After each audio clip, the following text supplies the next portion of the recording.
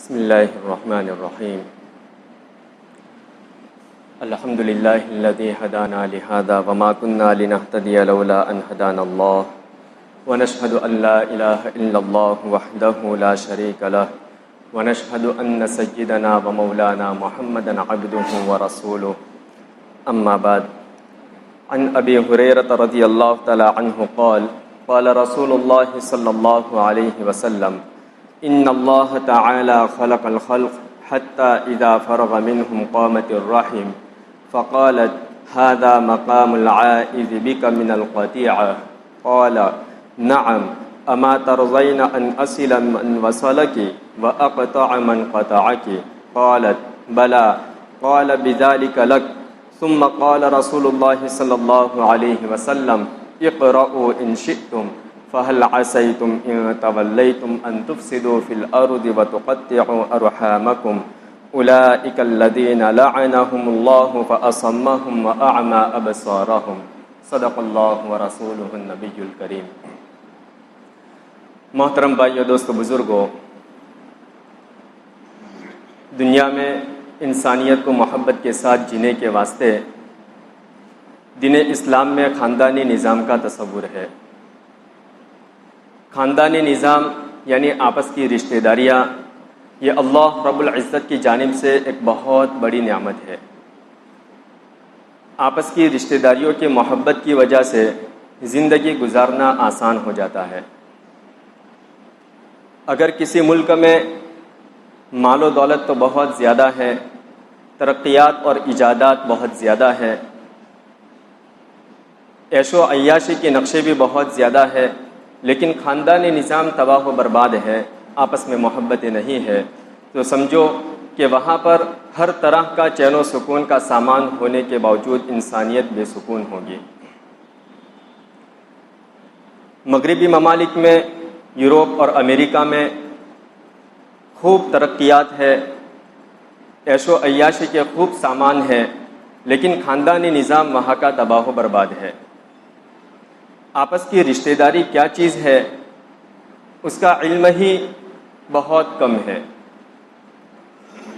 جس کی وجہ سے زندگی میں سے چین و سکون ختم ہے، جس کی وجہ سے آپس میں ایک دوسرے کا تعاون نہیں ہے. مفتی تقی عثمانی صاحب دامت برکاتہم فرماتے ہیں کہ میرا ایک مرتبہ سوئٹزرلینڈ جانا ہوا، اور وہاں پر ہم نے آمد و رفت کے واسطے آنے جانے کے لیے ایک ٹیکسی کا انتظام کیا. اس کا ڈرائیور وہاں کا مقامی تھا، لوکل تھا. وہ گاڑی لے کر کے آتا جاتا، ہمارے آمد و رفت ہوتی. آتے جاتے ہماری اس کے ساتھ کچھ بے تکلفی ہوئی، ہم آپس میں بات چیت کرتے تھے. باتوں باتوں میں ہمیں پتہ چلا کہ ڈرائیور 40 سال کا ہو چکا ہے، لیکن ابھی تک اس کی شادی نہیں ہوئی. تو ہم نے اس سے پوچھا کہ بھائی وجہ کیا ہے، آپ نے ابھی تک شادی کیوں نہیں کی؟ اس نے کہا کہ حضرت، بات دراصل یہ ہے کہ یہاں پر خاندانی نظام اتنا تباہ و برباد ہو چکا ہے کہ لوگ ہر کام مطلب کے خاطر کرتے ہیں. اس بات کا پتہ چلانا بڑا مشکل ہوتا ہے کہ جو بھی عورت کسی بھی مرد سے شادی کر رہی ہے تو کیا وہ ایک محبت والی زندگی گزارنے کے لیے شادی کر رہی ہے، یا اس مقصد کے لیے شادی کر رہی ہے کہ اس کی پراپرٹی اور اس کی جائیداد کے اوپر نیت ہے کہ مرد کی پراپرٹی اور جائیداد کتنی ہے، شادی ہو گئی، قانونی اعتبار سے اس کی بیوی بن گئی، پھر بعد میں وہ بہت جلد طلاق لے لیتی ہے، اور جب طلاق ہوتی ہے تو قانونی اعتبار سے آدھی سے زیادہ جائیداد بیوی کے نام پہ کرنی پڑتی ہے. تو پتہ نہیں چلتا کہ عورت جائیداد کی نیت سے کسی مرد سے شادی کرتی ہے یا پھر ایک محبت والی زندگی گزارنے کے واسطے شادی کر رہی ہے. تو اس وجہ سے میں ابھی تک شادی نہیں کر پایا. تو پھر مفتی صاحب فرماتے ہیں کہ میں نے اس سے یہ پوچھا کہ بھائی کیا تمہارے والدین زندہ نہیں ہے، کیا تمہارے بھائی بہن زندہ نہیں ہے، کیا وہ تمہاری مدد نہیں کر سکتے اچھی بیوی کی تلاش میں؟ اس نے کہا کہ حضرت، میرے والدین تو دنیا سے رخصت ہو گئے، رہی بات میرے بھائی بہنوں کی تو ان کو میری شادی سے کیا لینا دینا، وہ تو اپنے کام میں مصروف ہے. جب مولانا نے یہ سوال کیا تو وہ بڑے تعجب سے دیکھنے لگا کہ بھائی بہن بھی میری شادی میں کیا مدد کر سکتے ہیں؟ وہ تو اپنے کاموں میں مصروف ہے، ان کی اپنی زندگی ہے، ان کی اپنی لائف ہے، وہ میری زندگی کے کسی مسئلے میں وہ کیوں میری مدد کریں گے؟ جو کچھ کرنا ہے مجھے ہی کرنا ہے۔ پھر اس نے کہا کہ آپ لوگوں کے ممالک میں، ایشیائی ممالک میں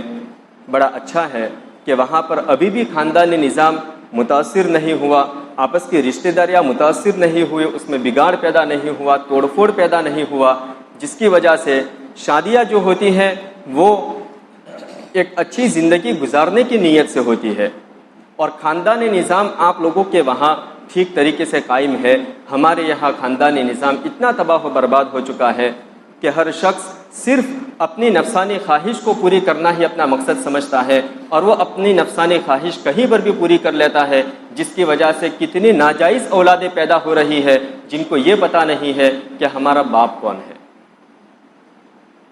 یعنی معلوم ہوا کہ اسلام نے خاندانی نظام جو عطا فرمایا ہے یہ اللہ رب العزت کی جانب سے ایک بہت بڑا انعام ہے، اللہ رب العزت کی جانب سے ایک بہت بڑی نعمت ہے، جس کو سنبھالنے کی تاکید احادیث میں جگہ جگہ پر کی گئی، قرآن پاک میں بھی جگہ جگہ پر کی گئی۔ حدیث پاک میں آتا ہے، حضرت ابو ہریرہ رضی اللہ تعالیٰ عنہ فرماتے ہیں کہ نبی کریم صلی اللہ علیہ وسلم نے ارشاد فرمایا کہ جب اللہ تبارک و تعالیٰ نے مخلوق کو پیدا فرمایا تو اس سے فراغت کے بعد، ساری مخلوقات کو پیدا کرنے سے فارغ ہونے کے بعد قرابت داری اور رشتہ داری کھڑی ہو گئی۔ دوسری روایت میں آتا ہے کہ اللہ تعالیٰ کے عرش کا پایہ پکڑ کر کھڑی ہو گئی، رشتہ داری، خاندانی نظام یہ پایہ پکڑ کر کے کھڑی ہو گئی۔ اب سوال یہ پیدا ہوتا ہے کہ یہ چیز کس طرح کھڑی ہو گئی؟ رشتہ داری کوئی دکھنے والی چیز تو ہے نہیں، کوئی ہاتھ میں پکڑی جانے والی چیز تو ہے نہیں کہ وہ کھڑی ہو جائے گی، عرش کا پایہ پکڑ لے گی، اللہ سے سوال کرے گی، تو یہ کیسے کھڑی ہو گئی؟ یہ وہ بات ہے جس کو اللہ اور اللہ کے رسول صلی اللہ علیہ وسلم ہی جان سکتے ہیں کہ یہ کیسے ہوا، ہم اس کی کیفیت نہیں بتلا سکتے، اس لیے کہ قرابت داری کوئی ایسی چیز نہیں ہے جس کا جسم ہو، لیکن بعض اوقات اللہ تعالیٰ ایسی چیزوں کو جو جسم نہیں رکھتی آخرت اور ملائے اعلیٰ میں جسم عطا فرما دیتے ہیں۔ جیسے نماز کے بارے میں ہے کہ بندہ جب قبر میں جاتا ہے تو نماز اس کی دائیں جانب آ کر کے کھڑی ہو جاتی ہے، صدقہ اس طرف، روزہ اس طرف، تو یہ ساری چیزیں جو آ کر کے کھڑی ہوگی تو اللہ تعالیٰ ان کو ملائے اعلیٰ میں جسم عطا فرما دیتے ہیں۔ تو اسی طریقے سے رشتہ داری کو بھی اللہ تعالیٰ نے جسم عطا فرمایا۔ بہرحال وہ رشتہ داری کھڑی ہو گئی اور عرض کیا کہ یا اللہ، یہ ایسی جگہ ہے جہاں پر میں اپنے حق کو پامال ہونے کی پناہ مانگتی ہوں، تو مجھے دنیا میں تو بھیج رہی ہے لیکن مجھے خطرہ ہے کہ انسانیت میرے حقوق کو پامال کریں گے،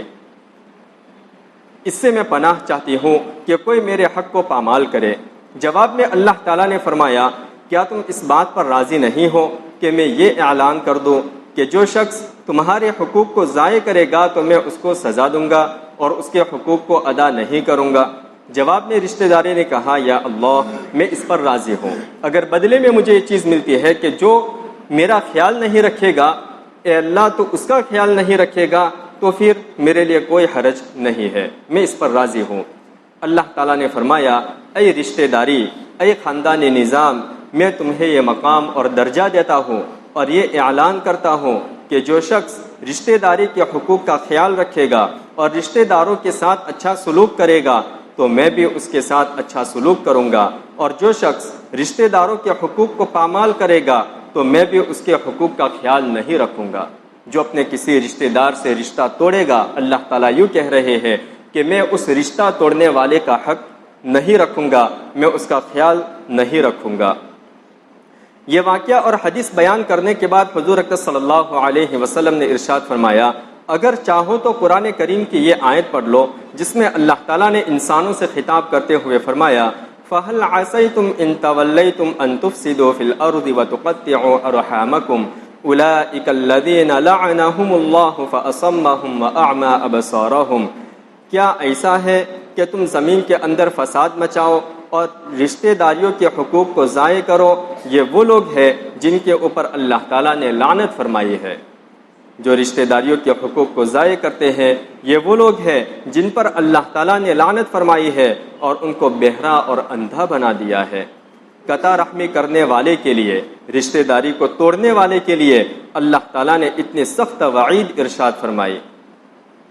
یہ حدیث در حقیقت ان تمام آیات قرآنی کی تفسیر ہے جن میں بار بار اللہ تعالیٰ نے رشتہ داروں کے حقوق کا خیال رکھنے کا حکم دیا ہے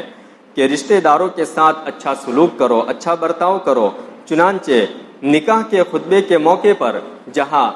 مرد عورت کا آپس میں ایک دوسرے سے رشتہ جڑتا ہے تو وہاں پر حضور اکرم صلی اللہ علیہ وسلم قرآن کریم کی یہ آیت تلاوت کیا کرتے تھے، وَاتَّقُوا اللَّهَ الَّذِي تَسَاءَلُونَ بِهِ وَالْأَرْحَامَ، یعنی اس اللہ سے ڈرو جس کے نام کا واسطہ دے کر تم دوسروں سے اپنے حقوق مانگتے ہو، اور رشتہ داریوں کے حقوق پامال کرنے سے ڈرو۔ چنانچہ جب کوئی شخص دوسرے سے اپنا حق مانگتا ہے تو اللہ کا واسطہ دے کر مانگتا ہے کہ اللہ کے واسطے میرا یہ حق دے دو، اور اس بات سے ڈرو کہ کہیں ایسا نہ ہو کہ تمہاری طرف سے کسی رشتہ دار کے حق تلفی ہو جائے اور اس کے نتیجے میں اللہ تعالیٰ آخرت میں تمہیں عذاب دے۔ قرآن کریم اور حضور اقدس صلی اللہ علیہ وسلم کے احادیث رشتہ داریوں کے حقوق صحیح طور پر ادا کرنے کے بیان سے اور اس کی تاکید سے بھری ہوئی ہے۔ بات دراصل یہ ہے کہ شریعت حقوق کی ادائیگی کا دوسرا نام ہے۔ دین اسلام نام ہی ہے اس بات کا کہ حقوق کو ادا کرنا۔ شریعت میں اللہ کا حق ادا کرنا ہے یا اللہ کے بندوں کا حق ادا کرنا ہے۔ پھر اللہ کے بندوں میں بھی مختلف لوگوں کے مختلف حقوق ہیں، مثلا والدین کے حقوق ہے، اولاد کے حقوق، بیوی کے حقوق، شوہر کے حقوق، رشتہ داروں کے حقوق ہے، پڑوسیوں کے حقوق ہے، ہم سفروں کے حقوق ہے۔ ہم اگر سفر میں جا رہے ہو تو ہمارے سفر میں جو بھی ہمارا ساتھی ہو، مسلمان یا غیر مسلم جو کوئی بھی، اس کے بھی ہم پر حقوق ہے۔ اس طرح پوری شریعت حقوق سے عبارت ہے۔ ان حقوق میں سے کسی ایک کا بھی حق ادائیگی سے رہ جائے تو شریعت پر عمل ناقص ہے۔ اگر کوئی حق رہ گیا تو سمجھو کہ ہم نے شریعت پر عمل کرنے میں کمی چھوڑی اور اس شخص کا دین ناقص ہے، ادھورا ہے۔ اگر کسی نے اللہ تعالیٰ کا حق تو ادا کر دیا، یعنی نمازیں، روزہ، زکوٰۃ، یہ ساری چیزیں خوب پابندی کے ساتھ ادا کر دی، لیکن اللہ کے بندوں کا حق ادا نہ کیا تو دین مکمل نہیں ہوا اور دین پر عمل ادھورا رہ گیا۔ ان میں سے خاص طور پر اللہ تعالیٰ نے رشتہ داروں کے حقوق بھی رکھے ہیں۔ یوں اگر دیکھا جائے تو سارے ابن آدم علیہ السلام کی ساری اولاد یعنی ساری انسانیت یہ آپس میں رشتہ دار ہے، جیسا کہ حضور اکرم صلی اللہ علیہ وسلم نے حدیث میں بھی اس کا ذکر فرمایا ہے، کیونکہ تمام انسانوں کے باپ ایک ہے، ہم سب کے باپ ایک ہی ہے۔ کون؟ حضرت آدم علیہ السلام، جن سے ہم سب پیدا ہوئے۔ بعد میں آگے چل کر شاخیں ہوتی چلی گئی، اس میں الگ الگ شاخیں ہوتی گئی اور دور کی رشتہ داریاں ہو گئی، جس کی وجہ سے آپس میں ایک دوسرے کو رشتہ دار نہیں سمجھتے، ورنہ حقیقت میں تو سارے انسان ایک دوسرے کے قرابت دار اور رشتہ دار ہے۔ کوئی بھی انسان کسی بھی قوم کا کیوں نہ ہو، کسی بھی مذہب کا کیوں نہ ہو، لیکن ہم سب آپس میں کسی نہ کسی طرح سے رشتہ دار ہی ہے، کیونکہ ہمارے باپ ہم سب کے ایک ہی ہے۔ حضرت آدم علیہ السلام، وہاں سے ہی ساری انسانیت وجود میں آئی۔ البتہ کسی کی رشتہ داری قریب کی ہے، کسی کی رشتہ داری دور کی ہے، لیکن رشتہ داری ضرور ہے۔ جو قریب ترین رشتہ دار ہوتے ہیں، جن کو عرف عام میں رشتہ دار سمجھا جاتا ہے، جیسے بھائی، بہن، چچا، تایا، بیوی، شوہر، خالہ، ماموں، باپ اور ماں، ان رشتہ داروں کے کچھ خاص حقوق اللہ تعالیٰ نے مقرر فرمائے ہیں، اور ان حقوق کی ایک بڑی وجہ یہ بھی ہے کہ اگر ان رشتہ داروں کے حقوق صحیح طور پر ادا کیے جائے تو اس کے نتیجے میں زندگی پرامن اور پرسکون ہو جاتی ہے۔ یہ لڑائی اور جھگڑے، یہ نفرتیں اور عداوتیں، دشمنیاں اور ایک دوسرے پر مقدمے کر دینا، یہ سب ان حقوق کو پامال کرنے کا نتیجہ ہوتا ہے۔ اگر ہر شخص اپنے اپنے رشتہ داروں کے حقوق ادا کرے تو پھر کبھی کوئی جھگڑا اور کوئی لڑائی نہ ہو، کبھی مقدمہ بازی کی نوبت نہ آئے۔ اس لیے اللہ تعالیٰ نے خاص طور پر یہ حکم دیا کہ اگر تم ان حقوق کو ادا کرو گے تو تمہاری زندگی پرسکون ہوگی۔ یہ حقوق ادا کرنے میں زندگی میں چین و سکون ملے گا۔ خاندان کسی بھی معاشرے کی بنیاد ہوتی ہے۔ اگر خاندان متحد نہیں ہے اور خاندان والوں کے درمیان آپس میں محبتیں نہیں ہے، آپس کے تعلقات درست نہیں ہے، تو یہ چیز پورے معاشرے کو خراب کرتی ہے اور پورے معاشرے کے اندر اس کا فساد پھیلتا ہے۔ اس کے نتیجے میں پوری قوم خراب ہوتی ہے۔ اس وجہ سے اللہ اور اللہ کے رسول صلی اللہ علیہ وسلم نے رشتہ داروں کے حقوق ادا کرنے اور ان کے ساتھ اچھا سلوک کرنے کا خاص طور پر حکم دیا۔ ویسے تو ہر مذہب میں اور ہر اخلاقی نظام میں لوگ انسانیت کی باتیں بھی کرتے ہیں۔ ہم مسلمان ہیں تو ہم اسلامی تعلیمات کی بات کرتے ہیں، لیکن جن لوگوں کو اسلام سے کوئی واسطہ نہیں ہے وہ انسانیت کی بات کرتے ہیں کہ انسانیت سب سے بڑی چیز ہے۔ تو وہ لوگ بھی اخلاق کی باتیں کرتے ہیں، رشتہ داریاں سنبھالنے کی باتیں کرتے ہیں، لوگوں کے حقوق کی رعایت کرنے کی باتیں کرتے ہیں۔ ہر مذہب والا یہ کہتا ہے اور انسانیت کی بات کرنے والا یہ کہتا ہے کہ رشتہ داروں کے ساتھ اچھا سلوک کرو۔ یہاں تک وہ کہتے ہیں کہ اگر اچھا کرو گے تو اچھا پاؤں گے، برا کرو گے تو برا پاؤں گے۔ لیکن حضور اقدس صلی اللہ علیہ وسلم نے ان حقوق کے بارے میں ایک ایسا اصول بیان فرمایا ہے جو تمام دوسرے مذاہب اور اخلاقی نظاموں سے بالکل ممتاز اور الگ ہے۔ اگر وہ اصول ہمارے دلوں میں بیٹھ جائے تو پھر کبھی بھی رشتہ داروں کے حقوق کی خلاف ورزی نہ ہو اور ان کے ساتھ کبھی بھی بدسلوکی نہ کرے۔ وہ اصول یہ ہے کہ جب بھی ان کے ساتھ اچھا برتاؤ، اچھا سلوک کرو تو یہ کام ان کو خوش کرنے سے زیادہ اللہ تعالیٰ کو خوش کرنے کے لیے کرو۔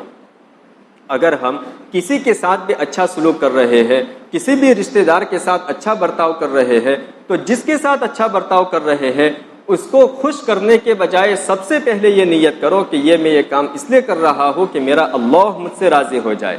یہ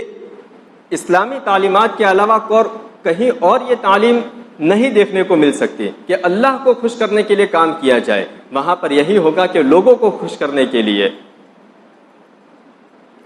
اللہ تعالیٰ کی خوشنودی کی خاطر یہ سلوک کر رہا ہو۔ جب انسان اللہ تعالیٰ کی خوشنودی کی خاطر اچھا سلوک کرے گا تو اس کا لازمی نتیجہ یہ ہوگا، اس کا رزلٹ یہ ہوگا کہ وہ اپنے رشتہ داروں سے کسی بدلے کی توقع نہیں رکھے گا۔